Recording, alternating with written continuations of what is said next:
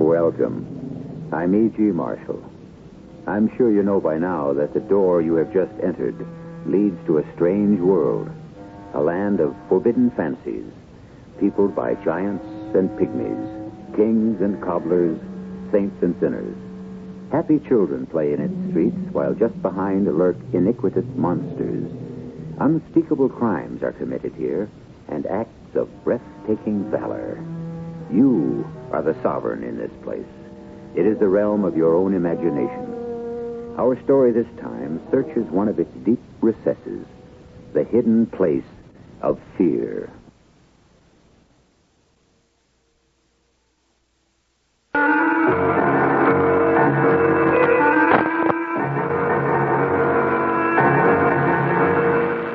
Our mystery drama, Death and the Dreamer, was written especially for the Mystery Theater by Sam Dan and stars Mandel Kramer. Radio Mystery Theater is brought to you in part by Pinnacle Books and will continue in a moment.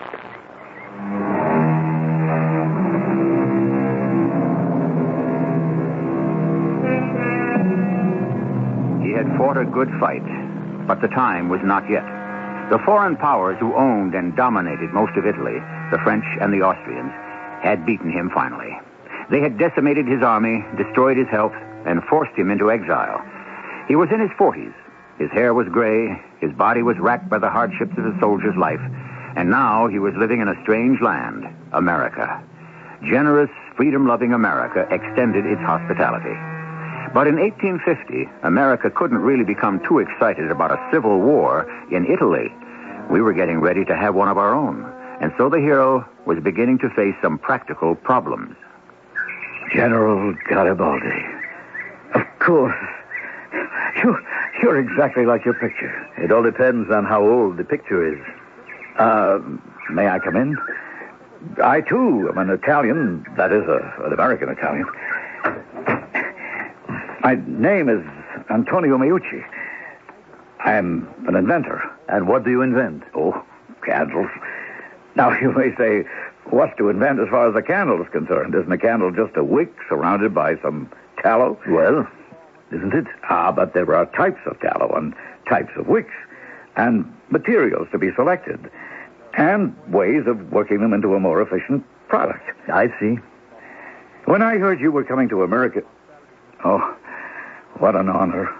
Giuseppe Garibaldi, Italy's greatest patriot. You are much too kind. I must do something for this man, I said to myself, and to my wife. But what could I do? Everybody else is giving you medals and honors and citations. So what can I offer you that's different, unique? I could not guess. I can offer you a job. A job? Has anyone else offered you a job? No, there has been nothing definite. Well, then, I happen to know you came away from Italy without a penny. That's true, isn't it? True. Then, putting it bluntly, what's to become of you? How shall you live? A man must eat, and if he won't accept the bread of charity, he must earn it by the sweat of his brow. You have a plain way of speaking, my friend. No one has thought to offer you a job, so I must do it. What sort of job is it? Am I qualified? Oh, not really, but I'm willing to overlook that. I need a man to work in my candle factory. I see. I wish I had something better, more worthy of your magnificent talents, but I understand. You know, now that I've actually put it into words, I'm sure it sounds ridiculous. The great Giuseppe Garibaldi, a worker in a candle factory. I will take the job. You will? Do I have an alternative?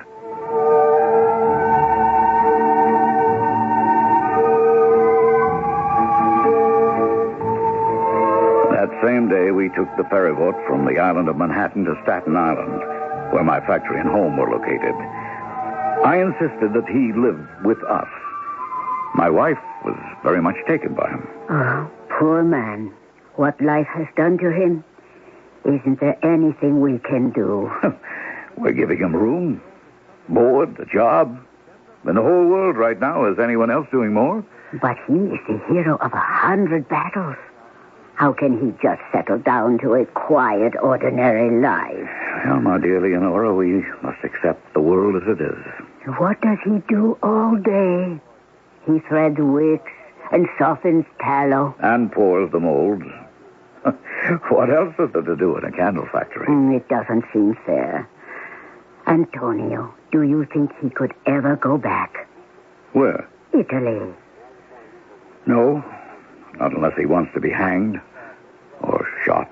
I mean, as the head of an army. Oh, what sort of army? A few hundred, perhaps a few thousand ragged red shirts against all the military might of Austria and France?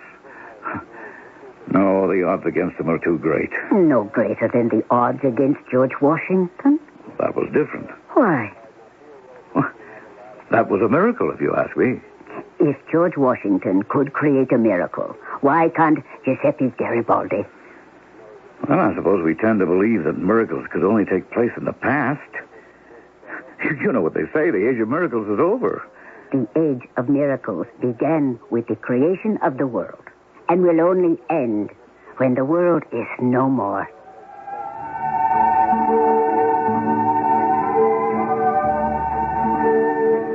She's a very good woman, my wife.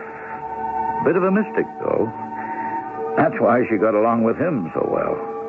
He was quite a mystic himself. I would hear them talking of an evening. Shall you have a cup of tea, General? General.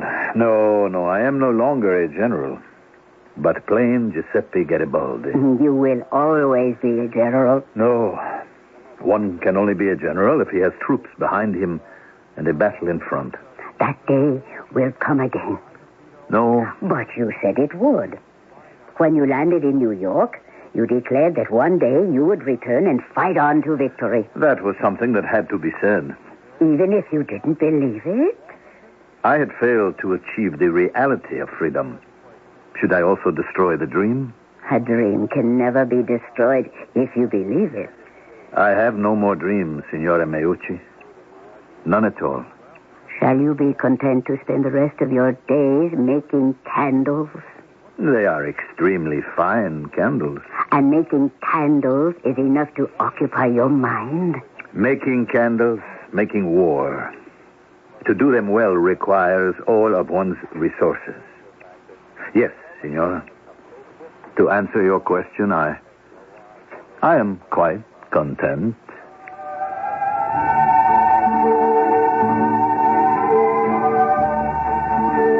He said so, and you would think so. But it wasn't true. Because one Sunday I happened to go down to the docks to see about some merchandise. And there he was. Some sailors were unloading their ship. He went up to an officer, and I could hear him say... Scusi, I do not speak more English. I am seaman, able seaman. I am looking to sign on.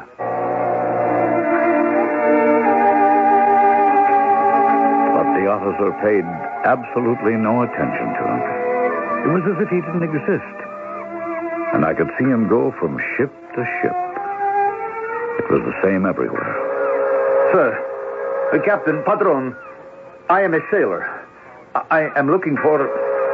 I need... Please listen, I will work. I will labor for no money. Do not pay me, just take me aboard. Let me work, let me sail.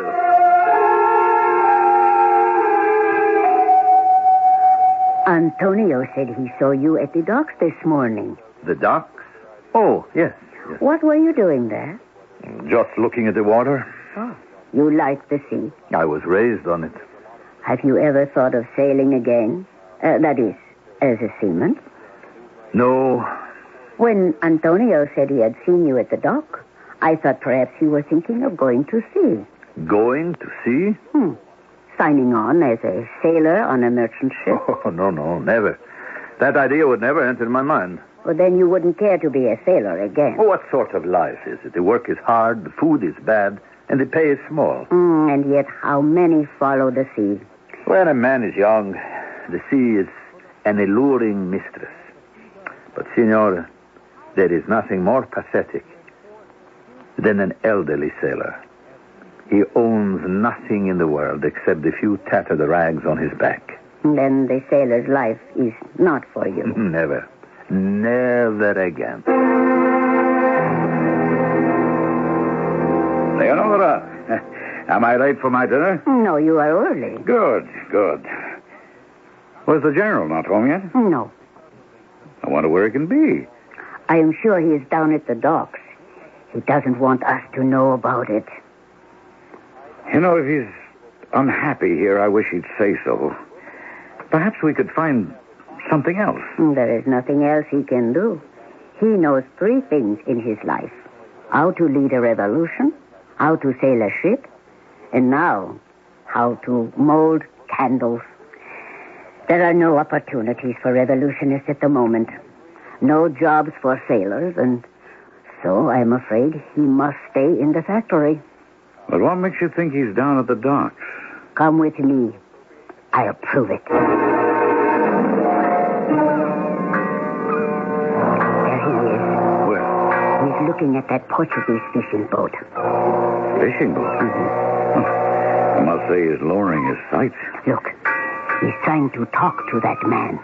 I think it's the captain. Let's move up a bit closer. But don't let him see us. He doesn't want us to know. Captain, listen. I need a berth. I'm an excellent navigator. See how well I speak Portuguese? That is because I spent many years in South America. The captain isn't even listening to him. He doesn't seem to be impressed. I am a good man, and you can have me cheap. You can have me for nothing. Do you understand? I will work for nothing. Let's go home, Antonio. General Garibaldi, may I speak frankly? Is there another way, my good signore? I know life here must be dull and boring for you. Oh, say rather it is restful. I can understand your desire to go to sea. What makes you think I want such a thing? Oh, please. Evidently, you consider this a rather delicate matter. I certainly have no wish to pry, but... Signora Meucci. I have an uncle who is associated with a merchant in New York. This man has a small fleet of ships. We could put in a word. It is a much better way to get what you want. Signora, when have I gone to the docks to look for a berth? When? And why would I go? I have told you. There is nothing more pathetic than a gray-haired sailor. To seek a berth on a ship at my time of life? No, I may have lost many things in this world, but I'm sure I have still kept my sanity. But then you weren't down at the docks looking for work. I already have work, Signora, in your husband's factory. Well, then, I suppose it wasn't you that I saw down at the docks. Of course not. I am afraid you confused me with somebody else. Perhaps. I probably did.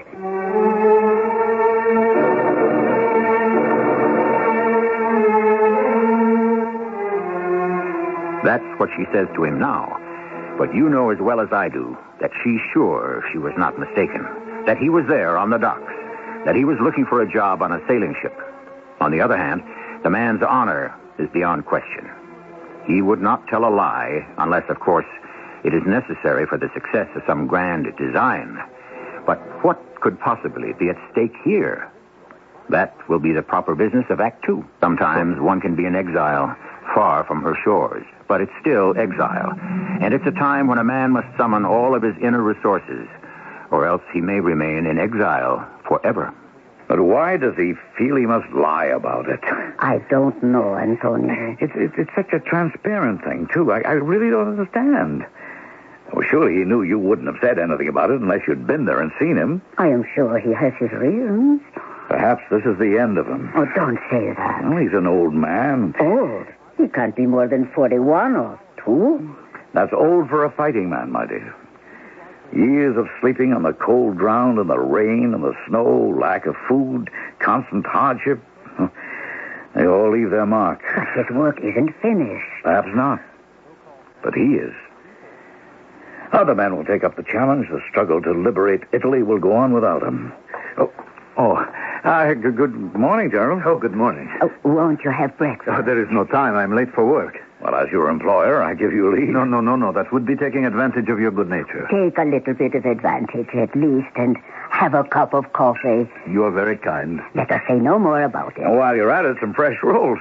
Is there any news from the other side? No.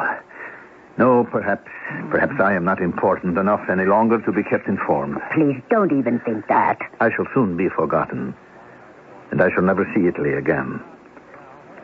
And who ever loved her more than I do? And remember, my friends, most of us must accept the land of our birth. But I chose Italy. How? Weren't you born an Italian? I could also have been born a Frenchman. Remember, I was born near Nice. Why did you choose Italy? Why? Was it the glory of Rome? Or perhaps the merry folk songs the Italian sailors sang in the harbor? My first birth was on an Italian coastal trader. If I could only be born again and live it again. I must go, Senor Antonio. You pay me for a full day's work. Finish your roll. I can eat it on the way. Oh, poor man. But he doesn't have to be a poor man. He doesn't. There are Italian communities all over the world that would gladly honor him, offer him hospitality. He could travel, he could make speeches, he could live the life of a famous and popular man. That isn't what he wants. What does he want? Why does he bury himself in this isolated island off New York, Leonora? He works long, hard hours in the factory. He eats and sleeps. And visits the docks. Where he tries in vain to get a berth on some sailing ship. And why does he lie about it? Antonio, listen to me. Maybe he isn't lying. But he's saying what we know to be untrue. That's a lie. No, not if... Not if what? Well, I am not sure. What are you thinking of? Oh, you will say it's one of my crazy ideas. Well, I might as well hear it. Did you hear what he said just before? If only I could be born again, to live it again. Well? That is what he wants to do. Start again. And this time he will succeed. The first job he ever had, his career began on board a ship. You're saying that he wants to go back to the time when he was a boy? Yes. Well, that isn't strange. Many people dream of that. But he is actually doing it. Well, how is he doing it? The young Giuseppe Garibaldi, that's inside him, wants to get a berth on a ship. The older one has no use for it. Therefore, the older Garibaldi isn't aware of the fact that the younger one has taken him to the docks in search of a job. Oh, come on now, Leonora. That is why he denies what we saw him doing. But how is such a thing possible? I don't know. But I am sure he doesn't know what he is doing. He's a great man. Or he was. He deserves a better end than this. Why do you say end? For all we know, he hasn't even begun.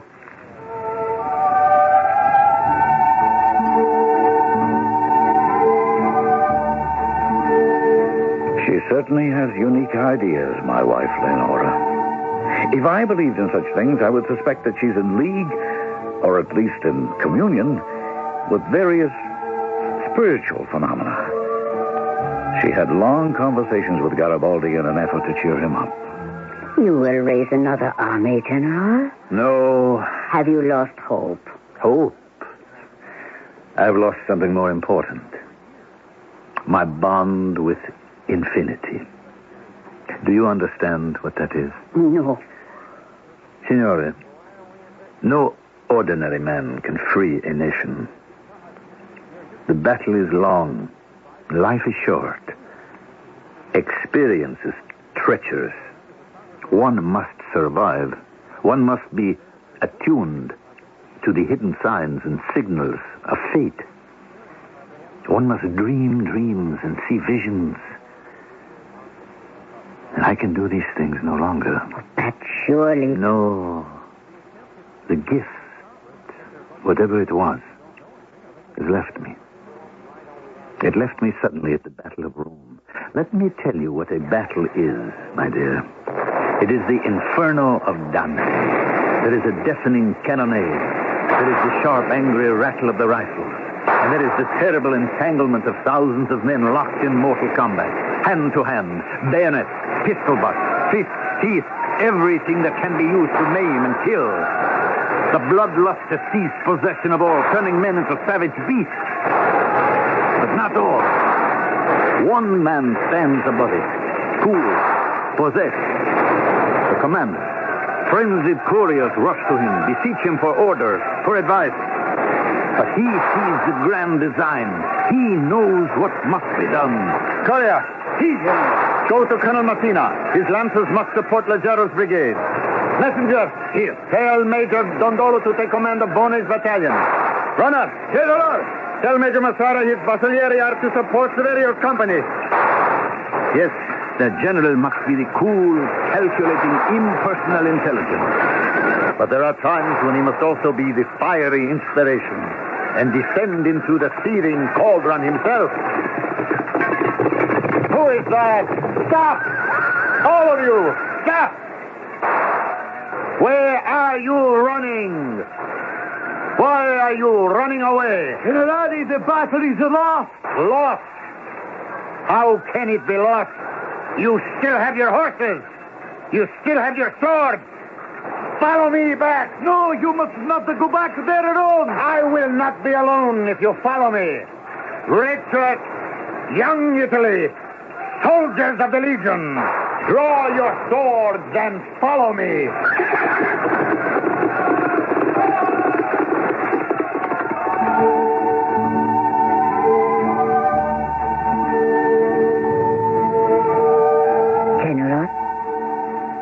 General. Oh, yes. I was lost for a moment. But you see, my dear Signora Meucci, mortal man cannot achieve his destiny unaided. How can he achieve the clarity of vision? And how can he be sure the bullets will miss him? After all, he must live long enough to perform his mission. But how? I don't know, General. In every battle, there were bullet holes in my shirt. Why was I spared? And when I was hit, the wounds were superficial. A miracle? More than a miracle. It is the decision of fate. General, I believe it is your fate to liberate Italy. I had my opportunity. I let it fall from my fingers. I no longer have the strength, the energy. You will have as much of those as you will need. I feel empty, Signora. I am dead. There is no fire in my heart, no visions in my soul. I have given up. No, you haven't.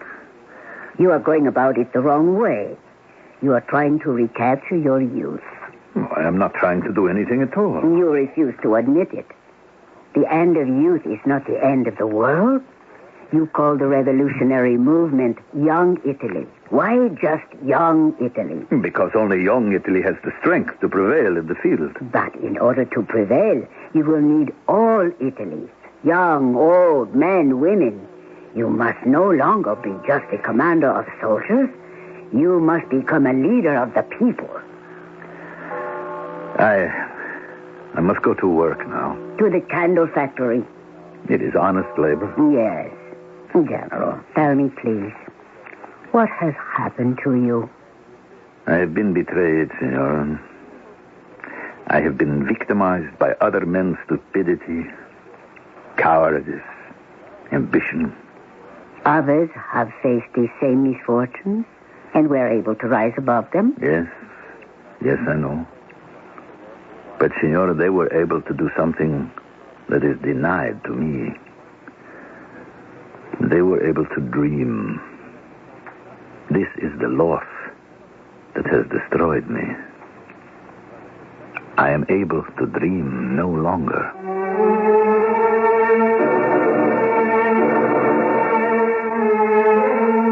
It is said that men in exile feed on dreams.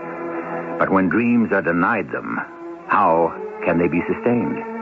The flame burns low for Giuseppe Garibaldi, alone, helpless, and devoid of hope in a foreign land. At least until the third act.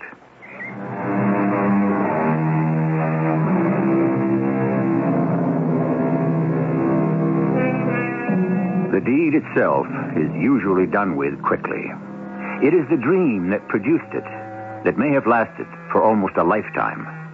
Most of the great happenings of history, what were they in reality? Only someone's dream that came true. But when the dream dies, what becomes of the dreamer? You say you can dream no longer, General. Yes. Have you ever wondered why? Does it matter? Is it possible you're afraid to dream? Is it possible? Yes. Ah, then it exists only in your mind. No, Senora, it exists in my heart, in my soul. I'm sick of it. I can say this now. I am sick of it, sick of the slaughter, of the agony. And does it surprise you? No. My dream was a free, united Italy. Very good. But what has it brought to those who followed me? Misery and death. And what has it done to me? I gave the cause everything. My youth, my strength, and finally, my wife. Your wife? Yes. What happened? Oh, please, Senora, I would rather not speak of it. As you wish. Why does everyone feel they have the right to ask me the most intimate personal questions? I'm sorry. I didn't intend to... How much more am I expected to give up? Oh, please, General. And do not call me General. I am plain Mr. Giuseppe Garibaldi. I work as a laborer in a factory because I am not fit to do anything else. May I make you a cup of hot tea? And do not try to humor me either. Oh, Senora, please forgive me. I do not know what has come over me lately. I'm not myself. No, it is all right. No, it is not. What right do I have to abuse good people who are kind to me? I understand. Believe me, I understand. It is that I am homesick. And I know I will never see my Italy again. Oh, but you will. I am sure of it. Yes. Well, I must go to work.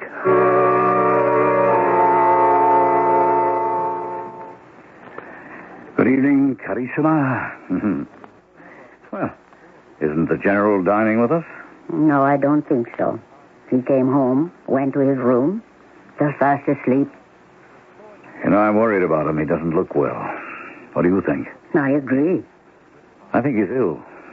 He's nervous and excitable, and his hands are shaking. Perhaps we should call a doctor. Oh, you won't hear of it. But why? Surely he needs a doctor. He was quite definite about it. He thinks if word gets out that Garibaldi has called for a doctor, people throughout the world will believe he's dying. Mother! Who's that? Mother! It's the General. Oh, what's he saying? Mother! He's calling for his mother.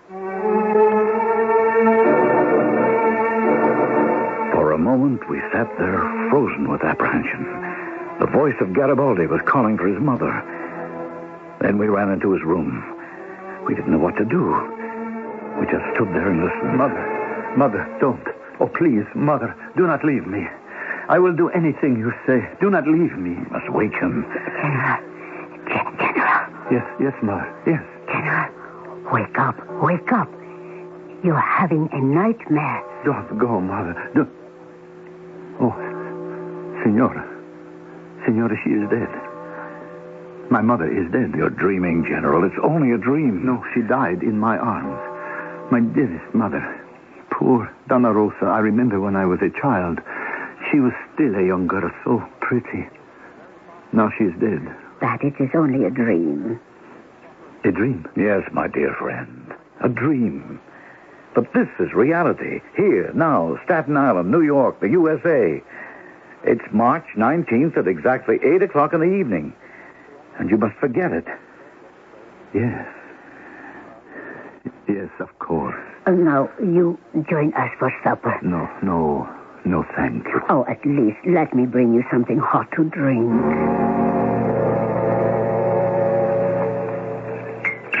This is very kind of you, Senora. No, you are looking so much better. May I say something? You said that the terrible thing was you could dream no longer. You remember? Yes. That just before, you did have a dream. It was no dream. It was a nightmare. I have no shortage of those. Indeed, it is what all of my dreams have become. Oh, I am sorry.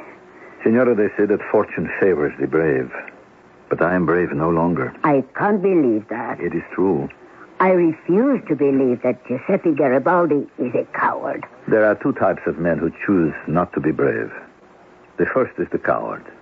He is afraid. The second is the wise man. He is prudent. He adds up the cost of bravery, and he decides the price is too high to pay.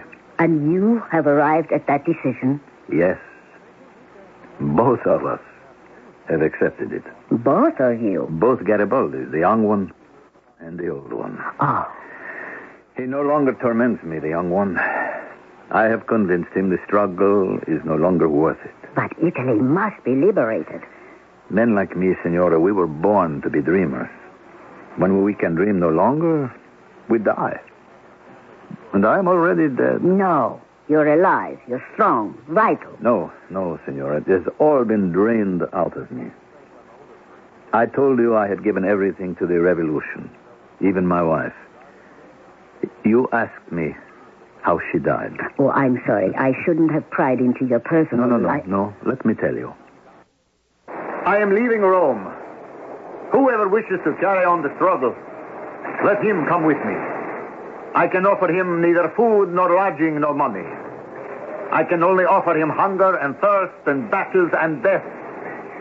All who have the name of Italy not only on their lips, but in their hearts. Let them follow me. You must hurry, Generale. This way your horse is ready. Thank you, Medici. I must not turn around to look. But do any follow? They all follow, Generale. Here. Now, we must turn down this street. It is the surest way out of the city. Who is this? Anita, what are you doing here? Medici, how did she get here? You mustn't blame our good friend, my dearest. I made him bring me. But the children? They are safe with your mother. No, Medici, get her out of I here. won't leave. My darling, we can be killed at any moment. And we shall die together. I will not permit it. My place is with you. Anita! Hurry, Generale. We'll be taken a prisoner. I should never have permitted it. But what could I do? I was lonely. But she was ill. And she told me she was carrying a child. And by then it was too late. There was no way she could be brought to safety. By then the brave legion had melted away. There were just a few of us. We were hunted fugitives in the hills. And every day my beloved Anita grew worse. She could no longer walk. Generale, we must leave her behind. Leave her behind? Abandon her? Desert her? No. I have found a priest, a good man, one of us.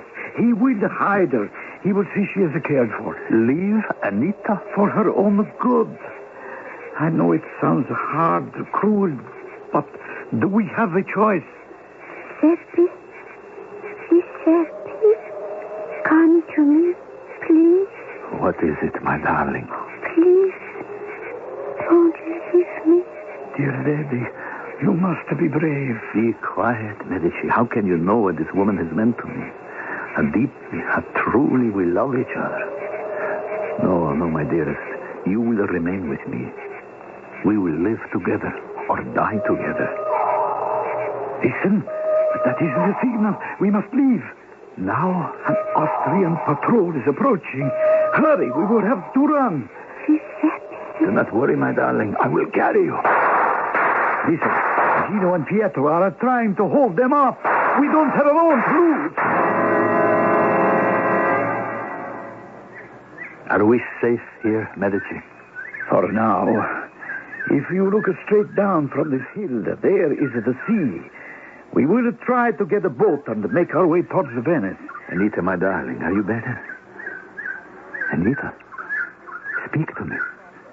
Medici, why does not she say something? She is still breathing. Giuseppe? Yes, my dear. Giuseppe, I shall do to you what you never did to me. Yes, my darling. You wouldn't leave me. That I shall leave you. No, Anita. I Albert, I don't want to go, darling. Giuseppe, please, take care of the children. You know I will take care. Anita. You must run for her. I cannot leave. You heard what she said. She's left you. Generale, you must not be. She is dead, Medici. She is dead. Run quickly before they get here. I promise you, my friend, on my word of honor, she will receive a decent Christian burial. Medici, how can... All anyone can do for her now. Run!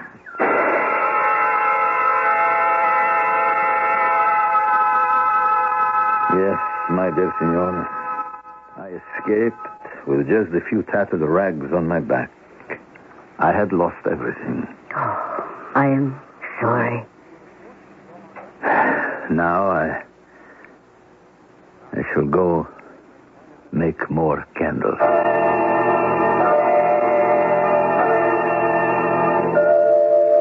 General. You still call me General. I have no troops, no supporters. That isn't true. I have letters for you.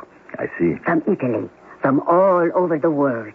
People call to you. Let the movement rise again. But fate has not called to me. Fate has not sent me the sign. You truly believe that, don't you? Yes, and so must you.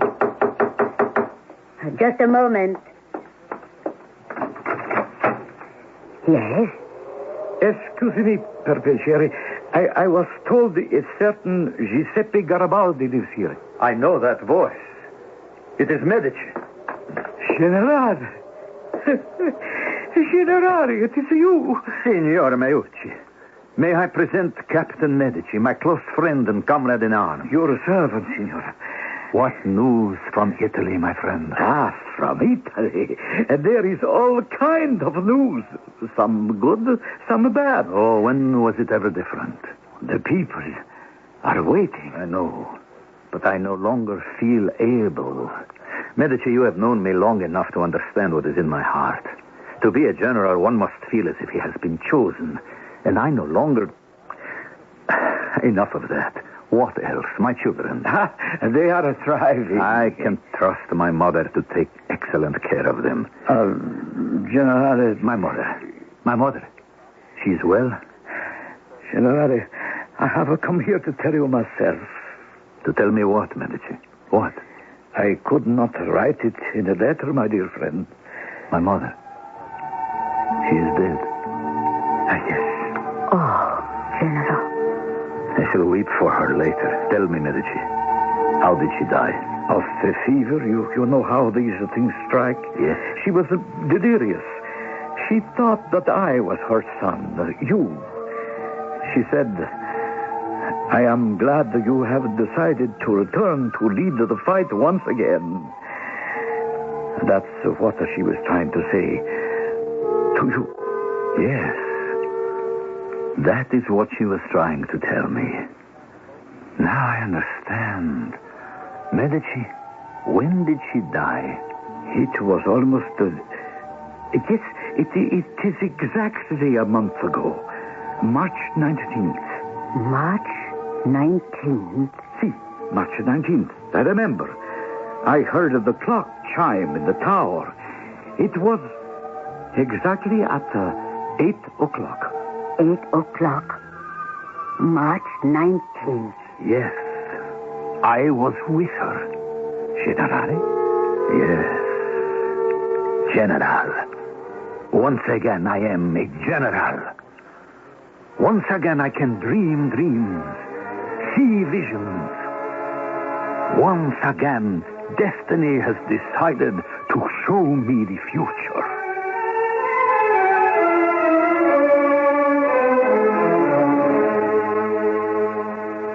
And it was quite a future. He returned to Italy and finally freed his beloved country from all foreign usurpers. Giuseppe Garibaldi. His name will live forever as Italy's greatest hero, and perhaps also as a part-time candle maker on Staten Island, New York. An addition to our tale shortly. I remembered my lucky surefire fishing lure. But you know, I think I forgot my body. Don't forget your body. Remember Rexall vitamins. Help resist illness. Eat the right foods. For supplement, remember Rexall Vitamin C. Don't forget your body. Remember Rexall vitamins. Rexall Vitamin C. Now only $1.69 at participating stores. You can save gas and avoid the high cost of public transportation if you invest in a West Point bicycle from True Value Hardware Stores. Hi, Pat Summerall to tell you right now they're offering a wide selection to suit every taste and budget. Choose from sleek style lightweight racers in 10 or 12 speeds or a sturdy 3-speed touring model. All have rugged steel frames plus the features you want most. They're designed for dependable quality and performance. And West Point bicycles are sold exclusively by participating True Value Hardware Stores and home centers. If you're in search of mysteries, where things are seldom what they appear to be, sooner or later you'll find Raven House. Welcome to Raven House. But beware, once you enter, there's no turning back. Raven House paperbacks have more ways to keep you in suspense than you could ever imagine. No! And each murderous crime is committed in its own devious way. So just when you think you've cracked one case, there's a whole new mystery waiting to be solved. Jane, quick, call the... Remember, Raven House mysteries are so engrossing, you can't help but let the mystery take over your life. New Raven House mysteries are published every month. Which one will claim you as its victim? If you're clever enough, you'll find Raven House Mysteries wherever paperbacks are sold.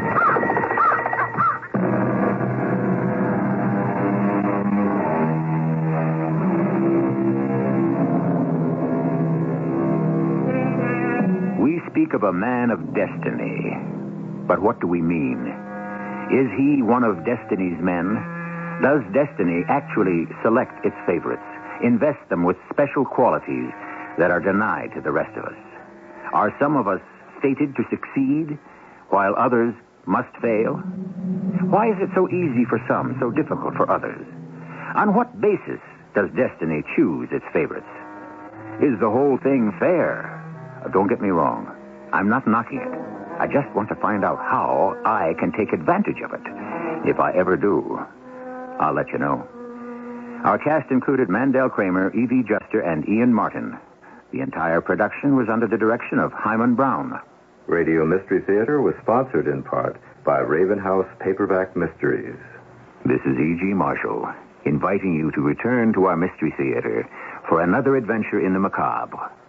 Until next time, pleasant dreams.